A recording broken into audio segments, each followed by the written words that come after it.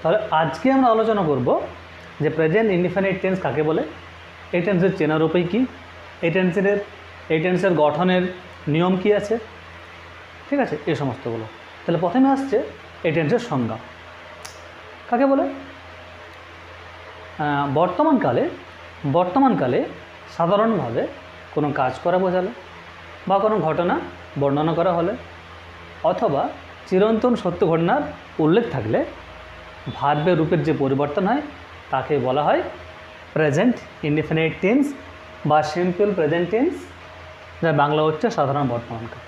এরপর আসছি যে এই টেন্স মানে প্রেজেন্ট ইনডিফিনিট টেন্স আমরা চিনব কী করে, মানে বাংলা কোনো একটা বাক্য দেখে আমরা কী করে চিনব যে এটাই হচ্ছে প্রেজেন্ট ইনডিফিনিট টেন্স। তাহলে দেখুন চেনার উপায় কী করে চিনব না, বাংলা ক্রিয়াপদের শেষে যদি রস্যই অন্তস্থ অ, ও, এ ইত্যাদি যুক্ত থাকে তাহলে আমরা বুঝবো এটা হচ্ছে প্রেজেন্ট ইনডিফিনিট টেন্স। যেমন আমি ভাত খাই, লক্ষ্য করুন এখানে বাংলা ক্রিয়াপদ খাওয়া, তার শেষে কি যুক্ত আছে, রস্যই যুক্ত আছে। সে ভাত খায়, তখন খাওয়াটা ক্রিয়াপদ, শেষে কি যুক্ত আছে, অন্তস্থ অ। তুমি ভাত খাও, শেষে কি যুক্ত আছে, ও। তাহলে এই যে নিয়মে বলা হলো চেনার উপায়ে যে প্রতিটি বাংলা ক্রিয়াপদের শেষে যদি রস্যই অন্তস্থ ও, এ এগুলো যুক্ত থাকে তাহলে আমরা বুঝবো সেই বাক্যটি হচ্ছে প্রেজেন্ট ইনডিফিনিট টেন্স। তাহলে এরপর আলোচনা করব যে প্রেজেন্ট ইনডিফিনিট টেন্সের গঠনের নিয়ম, কীভাবে আমরা এই টেন্সটাও গঠন করব, অর্থাৎ বাংলা থেকে ইংরেজি করব। নাম্বার 1, প্রথমে সাবজেক্ট বা কর্তা বসবে। নাম্বার 2, এরপর মূল ক্রিয়াপদ বা ম্যান ভার্ব বসবে। নাম্বার 3, এরপর সাবজেক্ট যদি থার্ড পারসন সিঙ্গুলার নাম্বার হয় তাহলে মূল ভার্বের শেষে এস বা ইএস যুক্ত হবে। নাম্বার 4, এরপর অবজেক্ট বা কর্তা বসবে।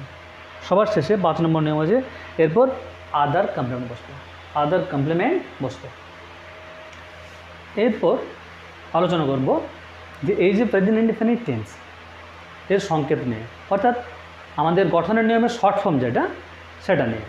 দেখুন এটা হচ্ছে S plus V plus S oblique es যোগ থার্ড পারসন সিঙ্গুলার নম্বরের ক্ষেত্রে প্লাস অবজেক্ট প্লাস আদার। এরপর আমরা কয়েকটা এক্সাম্পল নিয়ে আলোচনা করব। চলে আসুন। আমি ভাত খাই, এখানে প্রথমে কী করতে হবে, আমাদের প্রথমে ক্রিয়াপদ চিনতে হবে। এখানে দেখুন খাই ওয়ার্ডটার দ্বারা কাজ করা বোঝাচ্ছে, তাহলে খাইটা আমাদের হচ্ছে ভার্ব। এই ভার্বকে যদি আমরা কে দিয়ে প্রশ্ন করি তাহলে আমরা সাবজেক্ট পেয়ে যাব। কে খায়, উত্তর হবে আমি, তাহলে আমিটা সাবজেক্ট। এরপর হচ্ছে যে সাবজেক্ট যদি ভার্বকে কী বা কাকে দিয়ে প্রশ্ন করে তাহলে যেটা উত্তর হবে সেটা হচ্ছে অবজেক্ট। তাহলে আমি কি খাই, উত্তর হবে ভাত, তাহলে আমাদের ভাতটা হচ্ছে অবজেক্ট। তাহলে প্রথমে কী করলাম আমরা, এভাবে ভার্ব, সাবজেক্ট এবং অবজেক্ট বেছে নিলাম। এরপর টেন্সটা করব। এরপর হচ্ছে কি 1 নম্বর নিয়ম আছে, প্রথমে সাবজেক্ট বসবে।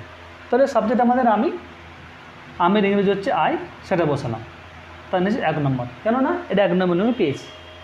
নাম্বার 2, এরপর আছে খাই, খাওয়ার ইংরেজি ইট, 2 নম্বর নিয়ম।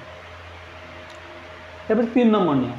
3 নম্বর কী আছে, এই সাবজেক্টটা যদি থার্ড পারসন সিঙ্গুলার নাম্বার হয় এইখানে আমাদের বুঝতে হবে। এখানে কী করতে হবে, সাবজেক্ট এই যে আমাদের আছে সেটা দেখতে হবে যে কী নাম্বার কী পার্সন আছে।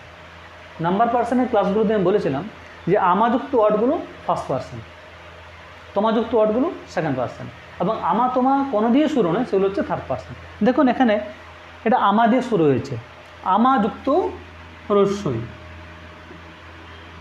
আমাযুক্ত রস্যই সমান হচ্ছে আমি, তাই না? তাহলে এটা হচ্ছে আমাযুক্ত ওয়ার্ড, মানে এটা ফার্স্ট পার্সন, তাহলে এটা থার্ড পার্সন নয়। তাহলে সেই জন্য 3 নম্বর নিয়মটা এখানে কার্যকরী হবে না, মানে মূল ভার্বের সাথে এখানে এস বা ইএস কিছু যুক্ত হবে না, তাহলে এটি থাকবে। চলে আসে মানে 4 নম্বর নিয়ম। 4 নম্বর কী আছে, অবজেক্ট বসবে। এখানে আমাদের অবজেক্ট কী আছে, ভাত, ভাতের ইংরেজি রাইস। বেশ, এখানে রাইস লিখলাম। এরপর হচ্ছে আমাদের এটা 4 নম্বর নিয়ম, এটা নিয়ম নম্বর 4। 5 নম্বর নিয়ম কী বসবে? আদার কমপ্লিমেন্ট। আদার কমপ্লিমেন্ট কোনগুলোকে বলা হয় আদার কমপ্লিমেন্ট? কোনো একটা বাক্যে সাবজেক্ট, ভার্ব এবং অবজেক্ট এই 3টে বাদ দিয়ে যা কিছু থাকবে সব কিছু হচ্ছে রেস্ট অফ দি সেন্টেন্স বা আদার কমপ্লিমেন্ট। তাহলে আমাদের কিছু বেছে নিই, তাহলে আমাদের এখানে ফুল স্টপ দিলাম। এরপর চলে আসি দ্বিতীয় উদাহরণে।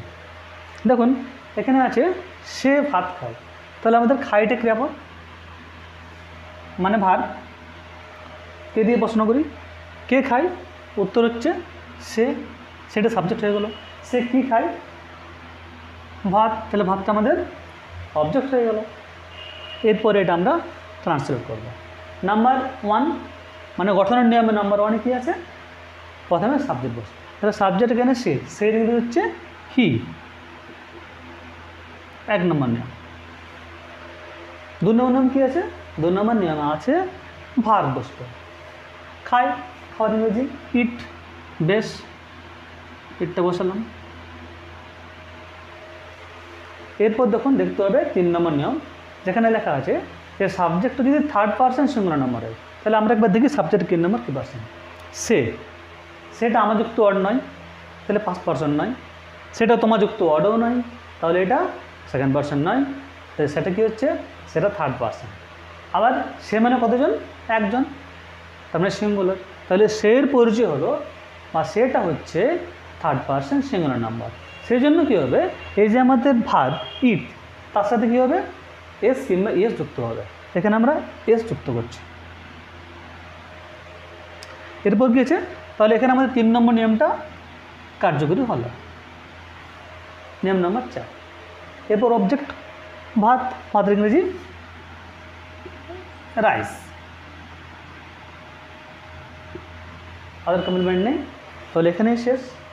এক্সাম্পল, অনেকের মনে এটা প্রশ্ন হতে পারে যে সাবজেক্ট যদি থার্ড পারসন সিঙ্গুলার নাম্বার হয়, তাহলে নিয়মে আছে যে মূল ভার্বের সাথে এস বা এস যুক্ত হবে। তাহলে এখানে শুধুমাত্র এস কেন যুক্ত হলো, ইএস কেন যুক্ত হলো না? হ্যাঁ না, নিয়মটা বলি। যে সমস্ত ভার্বের শেষে S, double S, SH, CH, O ইত্যাদি যুক্ত থাকে, যে সমস্ত ভার্বের শেষে S, double S, SH, CH, O যুক্ত থাকে, সেই সমস্ত ভার্বের শেষে ইএস যুক্ত হয়, সেই সমস্ত ভার্বের শেষে ইএস যুক্ত হয়। কিন্তু যে সমস্ত ভার্বের শেষে এগুলো থাকে না, অন্য কিছু আমাদের লেটার থাকে, সেক্ষেত্রে আমাদের এস যুক্ত হয়। যেমন ধরুন ইট, শেষে টি আছে, সেই জন্য এখানে এস যুক্ত হলো।